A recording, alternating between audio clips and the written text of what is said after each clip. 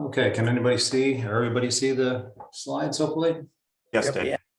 Yep. Awesome. So this is the beautiful bay in Glen Burnie called Blair's Bay. Nice picture from Carl Heilman. This is one of the areas that we're going to be talking about today.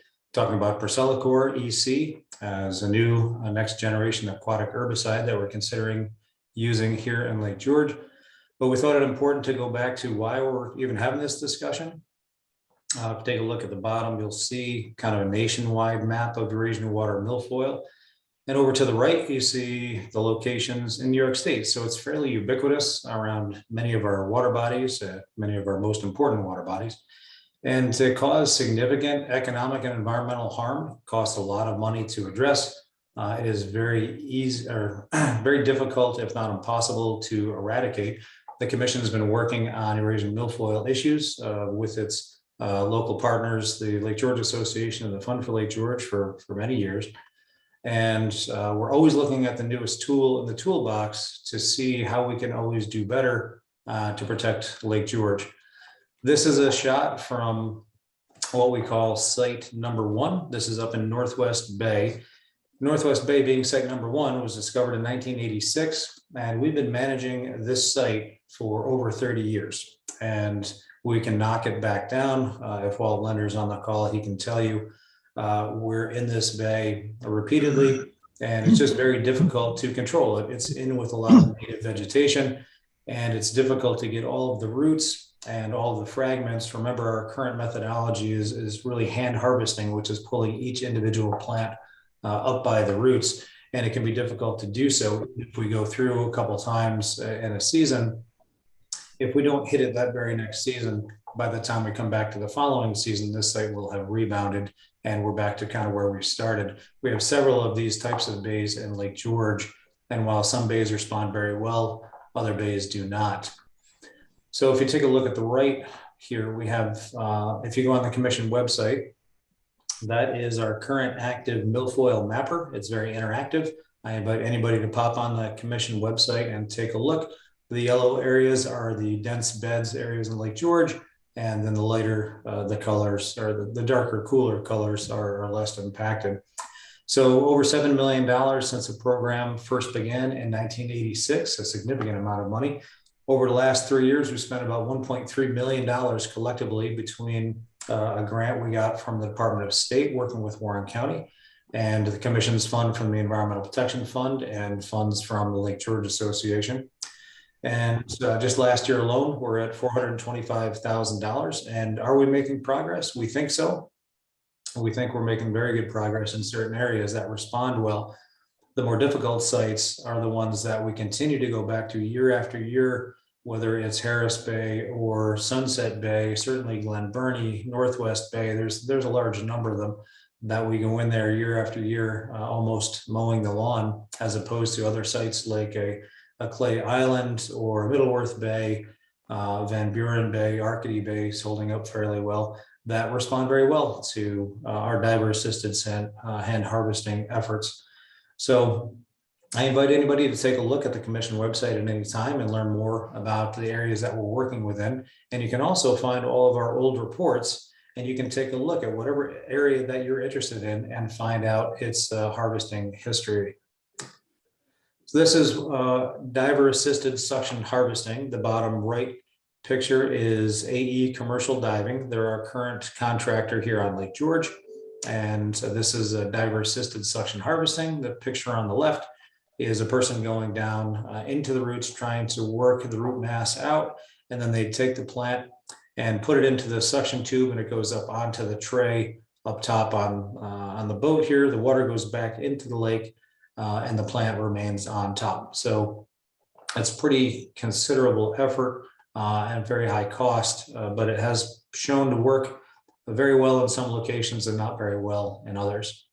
So I did take the liberty of borrowing a few Adirondack Park Agency slides.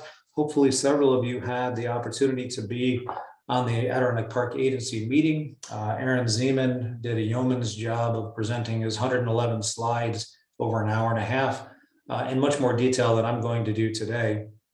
But we have their presentation on our website. You can take a look at any given time. So what is ProcellaCOR EC? It is a selective systemic herbicide. It is a new tool in the toolbox for Eurasian water milfoil management nationwide. The Northeast has actually been the most active region in the country in addressing Eurasian water milfoil via this new next generation aquatic herbicide. It is effective at exceedingly low doses. It has a rapid plant uptake, fast degradation, and it has almost no non-target impacts. We'll talk about that a little bit. Another APA slide. So this has been approved for use by the Environmental Protection Agency in 2018. That's following 8 years of product scientific study review and regulatory approvals. Over 120 scientific studies, peer-reviewed, had to go into the process to get the EPA to sign off on ProcellaCOR EC over a significant amount of time. In addition to that, the DEC has to label it individually. All states have to label it individually within their own state. So they took their own time and saw if there was any questions that need to be answered. And once they received their level of satisfaction, the Division of Pesticides in the DEC goes through a full and formal process that includes the Department of Health and the Division of Fish and Wildlife. And end of the story is the product application was fully reviewed regarding human health as well as ecosystem health. There were no objections to the registration of this product in New York State. And if anybody has been involved in New York State government for any length of time, you know that the state does not move quickly, nor does it do things upon impulse. These things take time and effort and all levels of review. So there's significant levels of work that have gone into the EPA and the DEC review to label this product for use in New York State. So what is it? It is actually an aquatic plant growth hormone. It's called an auxin mimic, and it mimics the plant's natural growth hormone, and it causes excessive elongation of the plant cells, and ultimately they slowly split apart. The herbicide is systemic, which means it's absorbed by the plant, distributed throughout the plant's system, leaves and roots, and finally, ultimately dies within several weeks. It does have an exceedingly short contact time, vastly less than any previous application, such as a sonar or renovate, looking at 2 to 6 hours of contact time. Symptoms will be displayed within hours to days, decomposition 2 to 3 weeks. And one thing that's just critically important to us here in Lake George is that the plant fragments, once treated with ProcellaCOR, are no longer viable. I've been overseeing the program on Lake George for the 10 years I've been at the commission. One of the largest problems that we have with our suction harvesting and our hand harvesting is the massive amount of fragments that will break loose from plants. And each one of those individual fragments can form a new plant. And we've seen that time and time again in some of our more difficult areas. And a lot of times you simply can't find the plant to remove it from the lake bottom. And when you thought you went through and cleared a whole bay, say Sunset Bay, and you come back next year and you're wondering why all of these new shoots are up, it's because of those fragments.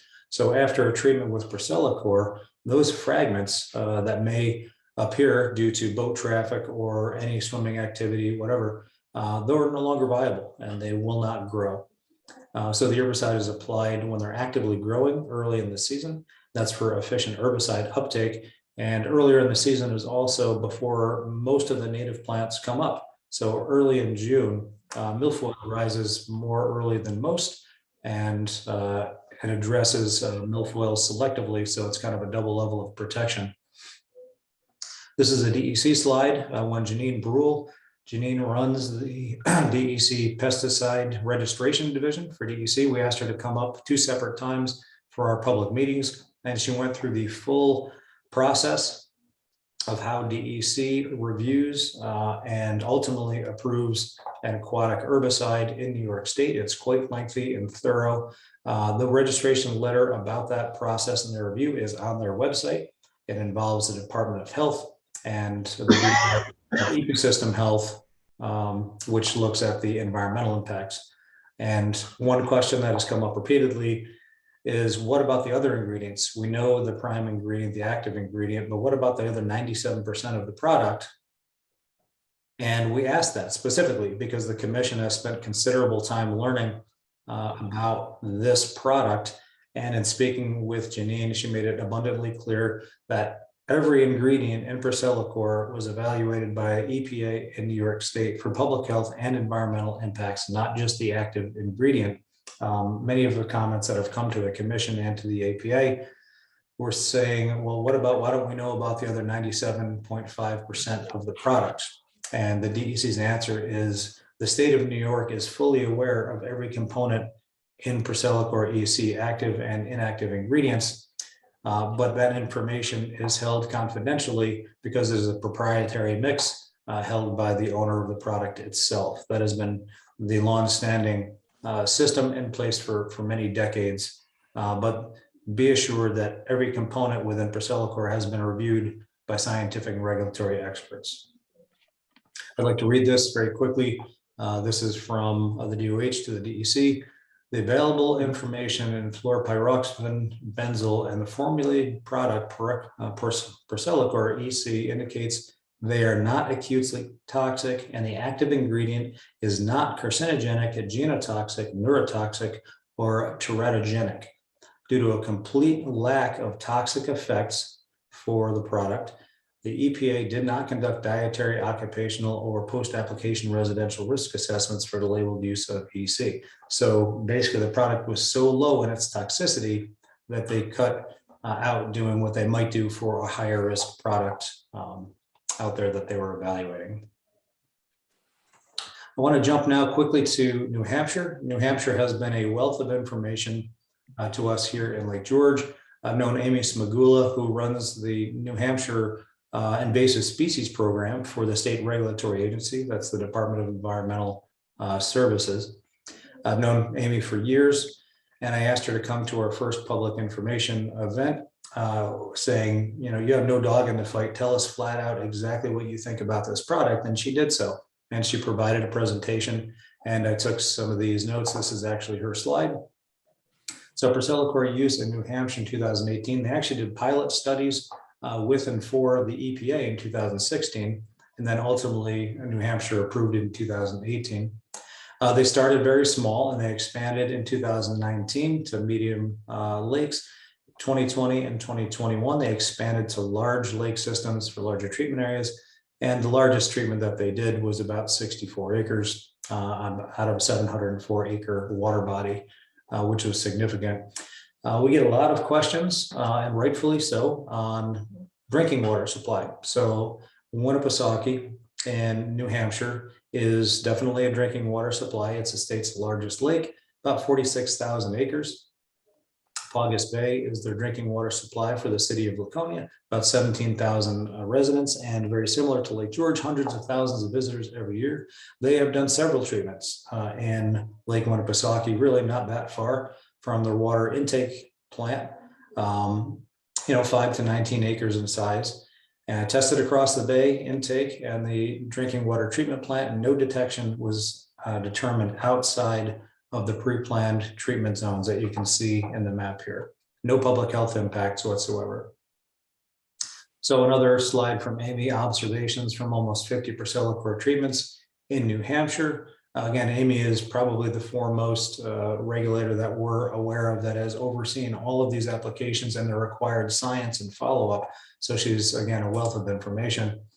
Her observations: outstanding invasive milfoil control within 3 to 4 weeks post-treatment, no significant impacts on native aquatic plants, quick decline in herbicide concentration in water column across the sites, no post-treatment algal blooms, that's HABs or otherwise, following treatment and milfoil die-off. I know that's been a concern to some residents. And many of the sites with ProcellaCOR treatment are seeing 3+ years of control with much lower dosages than traditional herbicide, allowing for significant reduced herbicide use overall and excellent control. So we asked Amy at the end, what is your conclusion? Is this a public concern to the state of New Hampshire, these ongoing uses? She says, we have not applied a product in that same site at all in any of the applications. Each application that they've had within New Hampshire has been successful. They had 2 or 3 where they were actually associated with a fast moving water body, and those were not as successful. We do not We do not have those conditions in the two sites that we're looking at here in Lake George. Moving on to Vermont very quickly, the Vermont state toxicologist was asked to review the product specifically for a few applications in Vermont. And this is in 2020, and I thought it was a pretty telling statement. The full letter is on our website. You can look at it at your convenience. So I'm just going to highlight the underlying part, which basically says they took a look at it and use of the dosage that they're talking about, assuming a daily exposure of a 0 to 1 year old gives a drinking water health advisory of 3,429 parts per billion. The drinking water health advisory for the product is over 400 times higher than the highest proposed concentration in the treated areas and over 60 times higher than the highest use allowed on the EPA label. Thus, the proposed treatments of the 4 lakes with ProcellaCOR are expected to result in negligible risk to public health. This is a direct quote out of their statement in the state of Vermont. Going one step further on drinking water safety, since it is the #1 concern of the public that the commission has received. So regarding fluoropyroxyfen benzyl, the active ingredient in ProcellaCOR, using the European Food Safety Authority's quote, no observable adverse effects level, NOAA, an average 150-pound adult would have to drink 232,000 gallons of ProcellaCOR treated water per day for a 90-day period to reach their level where they would expect to see any level of impact. Not only is it impossible to drink enough ProcellaCOR treated water to observe an adverse impact, but ProcellaCOR would never persist in the water for 90 days, considering it has a half-life of about 1.5 days in general aquatic conditions. And the summary is ProcellaCOR has been scientifically shown to have an excellent human health profile, and thus there are no water use restrictions for boatable or recreational use following treatment. I want to jump quickly to Minerva Lake because that is the one lake in the Adirondack Park that had been reviewed and approved by both DEC and the Adirondack Park Agency prior to Lake George. I had the benefit of being up on that lake a couple of times with Lee Walrath, who is the primary person at the Adirondack Park Agency overseeing and regulating that activity. So the charts that we have right here, the colors are reflective of each individual location. So the application zone was right around #2. Their target rate was 3.82 parts per billion. They have different situations than we do here in Lake George. And you can see the first day after treatment, they were a little bit below that. And then it dropped off very quickly to non-detectable within 3 days. Location #1 here in red never showed up if it was non-detected the entire time. This is the outlet of Minerva Lake. And of course, it didn't show up further down the way as well. And further along, this area was a treatment area and shading. 3 never even got above 2.5 parts per billion. And within a few days, it was down to non-detect. And it's important to note that in Minerva Lake, the Eurasian water milfoil was cleared over the entire 79-acre water body, not just the 41-acre treatment area. And there's been some questions out there. Well, why is it treating outside the area? It shows that the product has gone out beyond the treatment area. And in speaking with the Adirondack Park Agency and Solitude Lake Management, that was not unexpected. What was unexpected was how effective it was at those lower, more diluted rates. So that was seen as a positive. Only one single Eurasian water milfoil plant was found in the fall of 2021. That is in the entire lake outside the treatment area. That's 18 months after treatment. And this is a lake that had hundreds of thousands, if not millions, of Eurasian water milfoil plants in that lake. Prior to using ProcellaCOR, the town of Minerva was putting $70,000 per year each year into diver-assisted suction harvesting and hand harvesting, and we're making ground, but it continued to rebound year after year. I spoke with the Minerva Lake supervisor a year ago, and he was beside himself, how happy he was with the outcome, the fact that there was no residual ProcellaCOR in the water, and that the native plants were coming back. And that $70,000 that he had planned every year was now being repurposed into the park that is on Minerva Lake to put a new playground in and work on the parking lot. And he says there's a 3-year guarantee that those plants won't return. So that is $70,000 per year for 3 years minimum that he is not putting into milfoil treatments in Minerva Lake. And Minerva Lake is a very small town, of course, with a limited budget. So they found no evidence of adverse plant impact to their community. They did see some subtle changes. And if you watch the APA presentation, they saw an increase in the native plants that were coming back into the areas that were occupied by the invasive species. The herbicide concentrations, of course, in lake declined as predicted in the models. And the project was declared very much a success. And I believe that project was voted on unanimously in favor by the Adirondack Park Agency. That was 2 years ago. Moving on to the Lake George project that we're looking at right now. This information has been available through the Park Commission for several months now. The 2 sites that we're looking at, these are scaled, and this doesn't only just include the treatment site, but also the dilution zone. So we're looking at this site up here in the north is Glen Burnie, and then the further one to the south is in Hewlett's Landing. So being a state agency, the commission, as I noted, does not do things quickly or on impulse whatsoever. People that have worked with a commission know that it takes us years many times to get things done, whether it was 3 years for our invasive species prevention or 3 years for our new stormwater regulations. These things take time because we have to do it right. We did extensive background research with the EPA, the DEC, and many other states where ProcellaCOR has been used, always looking for that chink in the armor. Show us the studies, show us the science where things went south. Where didn't it work? We simply could not find those, and we remain open to those scientific studies, peer-reviewed scientific studies today.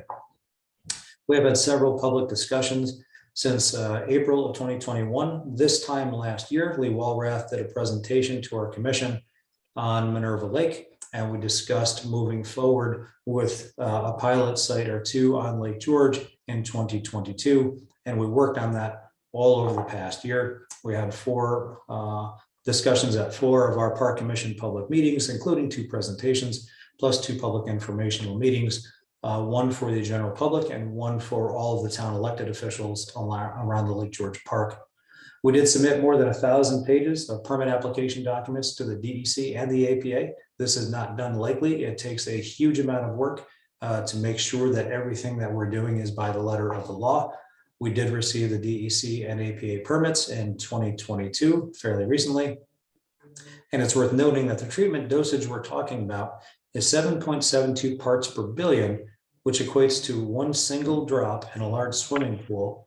And out of that single drop, 97.5% of that drop is inert ingredients. It gives you a sense of scale of how little actual product goes in. And again, this isn't a known carcinogen. This is a plant growth hormone. It just happens to be exceedingly effective against Eurasian water milfoil. So jumping to the 2 sites that we're looking at, this is an accurate representation geographically of the Sheep Meadow site. If you zoom in a little bit, the orange is the treatment zone and the yellow is the dilution zone. And you'll see some monitoring that we're going to be required to do as a part of the APA and the DEC permits. This is Sheep Meadow Bay. It's south of Agnes Island. This is Agnes Island up here. And this has been a problem area for many years, but since it is outside of the primary boating zones, the commission stopped working on this site back in 2014. That was followed many years, I believe 10 years, of benthic barriers, hand harvesting, and other efforts.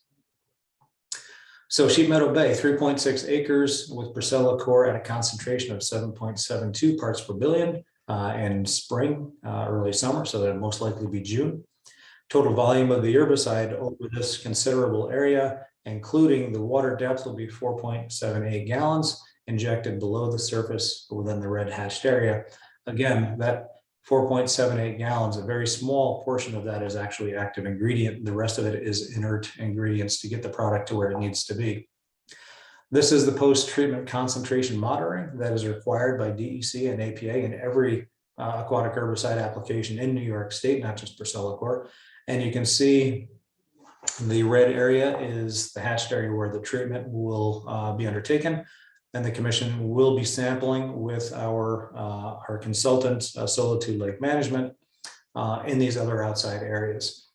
Here's the schedule. It's very specific. 1 to 3 hours, 10 to 12, 24, 3 days, 7 days, and then 7 to 14 days. All of that went out in the request for proposals that the commission put together for looking for vendors to work with us on this project. Skipping up to Blair's Bay. Blair's Bay, most people know Glen Burnie, all the way to the north of the lake. The red area is the area of treatment, and the orange area is the area that we need to analyze, very similar to what we just looked at for Sheep Meadow Bay. Same process, same collection schedule, and at the end, we also do have to do repeated plant surveys. We're also going to be adding additional sites at the request of a couple of our commissioners to say, let's not just meet what the requirements are, let's exceed those requirements and do better, and let's make sure we have the best information available post-treatment. And everything that we do at the commission, as you know, is highly transparent and very open, and all of this data will be publicly available.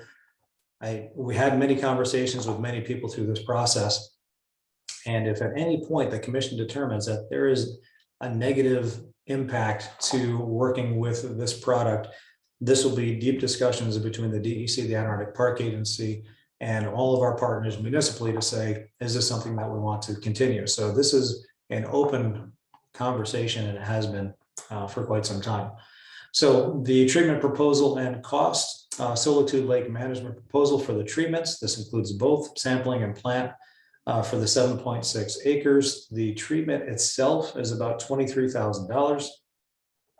And you can see the breakdown of what's required. So ultimately, the proposal is for $39,300. Almost half of it is in the scientific study afterward of the residual testing for the water chemistry, and then the post-plant survey as well. And then, of course, the final reporting as required by the regulatory agencies, DEC and APA. So the scientific work following the application doubles the cost of the project, but it's the right thing to do and it's required. So that's the application that is in front of you as commissioners today, is to consider the resolution to adopt Solitude's proposal to move forward.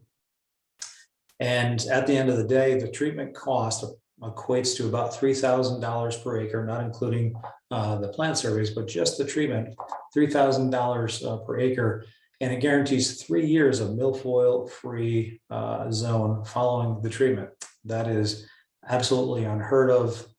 In my experience, I've been working on milfoil control for most of my professional career for 30 years. That is a pretty strong statement to make. And if accurate, which it seems to be based on both the New York and the New Hampshire results, it really could be a game changer for helping to minimize milfoil in Lake George. One thing that gets lost in the discussion quite often is every tool in the toolbox for milfoil control has impact. Whether we're putting benthic barriers down on the bottom of the lake and smothering every plant and animal under those barriers, which the commission stopped about 6 years ago. When you put the benthic barriers down, you remove those barriers, and now you have a totally open zone that can be repopulated with any milfoil around the area. So we found those to be fairly ineffective and very negatively impacting upon the aquatic community. So the commission continued on and moved on to diver-assisted suction harvesting. There's many sites in Lake George that we harvest acres repeatedly throughout the summer. And when we're pulling these plants out by the roots, there is significant turbidity, and that is a re-release of the phosphorus and the nitrogen and the sediment into the water column. That wasn't there if we hadn't done the hand harvesting. Some areas we're looking at upwards of 10 to 15 acres of harvesting. Now picture we're pulling up and making turbid 10 to 15 acres of that water area and releasing those nutrients into the water. Given the concerns with increases in algae and possible HABs, we need to evaluate all of our tools equally and have an honest assessment of what is the most beneficial for Lake George. Public comments, we wanted to talk briefly about the public comments. We have received dozens of emails from concerned citizens regarding the effects of ProcellaCOR, and every one of our commissioners fully understands that there's naturally going to be concerns about putting an herbicide in an aquatic ecosystem, particularly where there are water intakes. Most of those concerns we have found have resulted from inaccurate or incomplete information that they received from outside parties. We have our responses to comments on our website.